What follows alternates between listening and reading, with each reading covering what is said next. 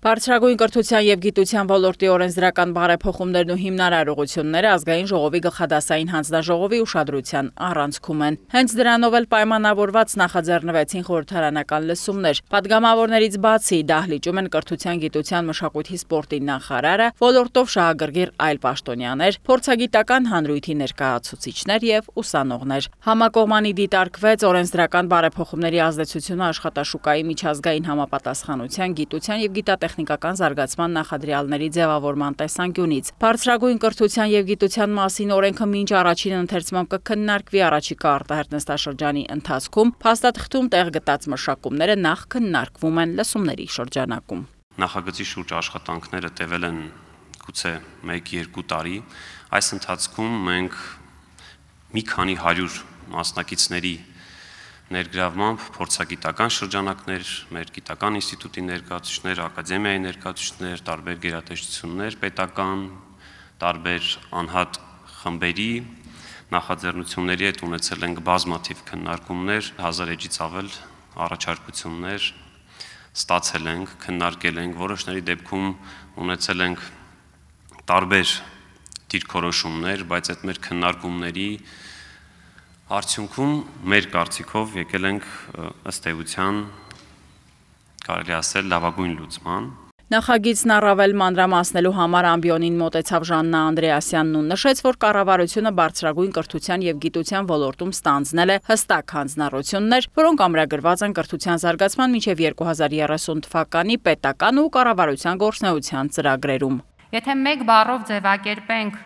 կառավարության նպատակադրումը, դա միջազգայինորեն մրցունակ բարձրագույն կրթության և գիտության համակարգի ձևավորումն է։ Նպատակադրված է ունենալ պետության ֆինանսավորմամբ գործող մինչև 8 բուհ ուժեղ հետազոտական բաղադրիչով։ Ապահովել բուհերի միջազգային վարկանիշային աղյուսակների առաջին 500-ակում ընդգրկված առնվազն 4 բուհի առկայություն, առնվազն կրկնապատկել օտարերկրյա ուսանողների թիվը, որը մեր համակարգի մրցունակության ցուցանիշ է։ Եվ եթե ընտրում են հայաստանյան բուհերը, ուրեմն ընտրում են, որովհետև կա որակ, ընտրում են, որովհետև կա հեռանկար, ընտրում են, որովհետև դա մրցունակ է։ Հստակ հանձնառություն ենք ստանձնել, որպեսզի որևէ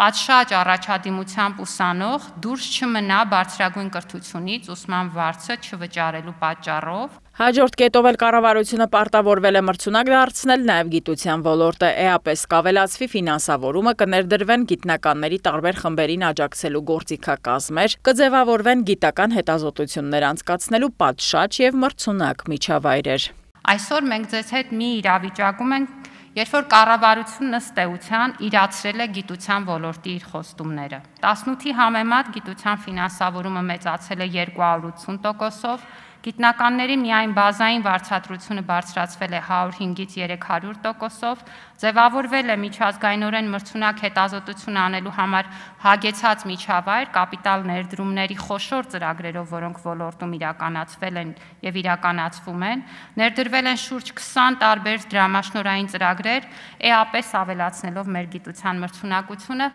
Բարձրագույն կրթության բարեփոխումների համատեքստում գործադիրը նաև մշակեց ու հաստատեց ակադեմիական քաղաք ծրագրի հայեցակարգը։ Հայաստանում ամերիկյան համալսարանը և Հայաստանում ֆրանսիական համալսարանը այս միացման ծրագրին լինելու են թե ոչ։ Ակադեմիական քաղաքում գործելու ծրագիրը պետության համար գործում է նախ եւ առաջ պետական բուհերի համար։ Մնացած բոլոր բուհերը իրենց ցանկության պարագայում սիրով սպասված են և ակադեմիական քաղաքում կա անհրաժեշտ թե տարածք, թե հնարավորություն հյուրընկալելու միջազգային և մասնավոր բուհերին։ Նախարարը մատնանշում է նաև խնդիրները, որոնց լուծմանն է ուղղված բարձրագույն կրթության և գիտության նոր օրենքը։ Հայաստանյան կրթական համակարգի կարևորագույն խնդիրը, որը խեղել է կրթության կառավարման ու ֆինանսավորման համակարգերը, ազդել է բովանդակության և որակի վրա, եղել է կրթական համակարգի ենթարկեցումը քաղաքական և կուսակցական շահերին։ Հաջորդիվ նախարարն ընդգծում է ակադեմիական ազնվության բացակայությունը, որի ցուցիչն է օրինակ ամեն քայլափոխի գովազդվող կուրսային, ավարտական աշխատանքների, մագիստրոսական թեզերի և այլ աշխատանքների վաճառքը, որոնք այնուհետև շարունակաբար հայտնվում են մեր տարբեր ֆակուլտետներում, տարբեր տարիներին պաշտպանվող աշխատանքների շարքում, մեր աչքի առաջ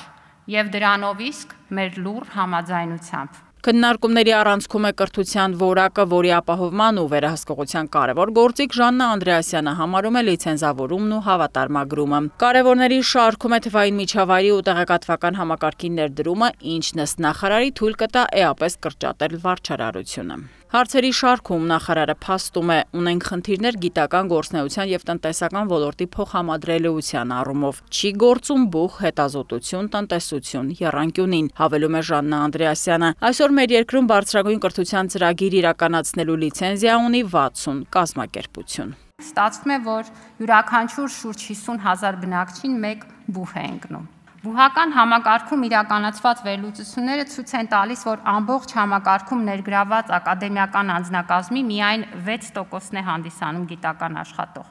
Ընդ որում գիտական գոնե 1 աշխատող առկա է միայն 15 բուհերում։ Այսինքն մնացյալ 45 բուհերում կրթությունը իրականացվում է բացառապես դասավանդման եղանակով եւ իսպառ բացակայում է հետազոտությունը որպես բարձրագույն կրթության անբաժան մաս։ Բուհերում դասավանդող անձնակազմի 51%-ը չունի գիտական աստիճան։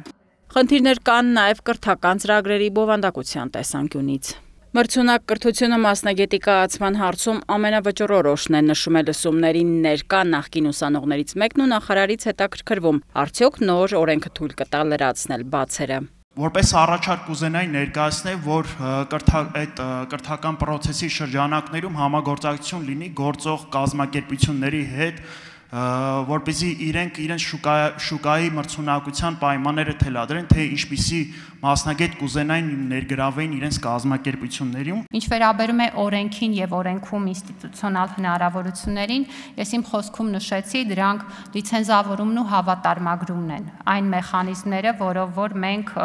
կարող ենք ուրեմն վերահսկել այդ կրթական ծրագրերի որակը եւ ընդ որում մենք ֆիքսում ենք, որ դա պետք է հաստատի կրթական ծրագրի որակը եւ ավարտողների որակավորման ճանաչելիությունը ոչ միայն պետական մակարդակում, այլև միջազգային։ Շուրջ 5 ժամ տևած լսումներին եղան հարցեր, ելույթներ ու նաեւ որոշակի քննադատություններ։ Ազգային ժողովի գլխադասային հանձնաժողովն ու կրթության, գիտության, մշակույթի, սպորտի նախարարությունը պատրաստ են ու բաց բոլոր կառուցողական քննարկումների եւ առաջարկների համար։ Սեպտեմբերին արդեն նոր երկրորդ ընթերցմամբ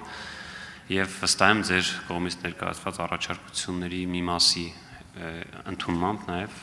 ներկայացի խորհրդան։ Այս համատեքստում էլ Ժաննա Անդրեասյանը հավելում է, որ լավագույն օրենքներն այն օրենքներն են, որոնք գրվում են եւ հետո փոխվում են։ Այս օրենքը ընդունելուց հետո գալու ենք դրա փոփոխությունների հետևից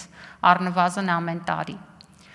Եվ պետք չի, որ դա մեզ վախեցնի, որովհետև դա նշանակում է, որ մենք աշխատում ենք, դա նշանակում է, որ համակարգը առաջ է գնում եւ դա նշանակում է, որ ճիշտ ճանապարհին ենք։ Ավարտին խորհրդարանական ամբիոնից վստահեցվում է, այլ ձևաչափ չի լինելու ճանապարհը մեկն է քննարկումներ կլինեն առաջինից մինչև երկրորդ ընթերցում։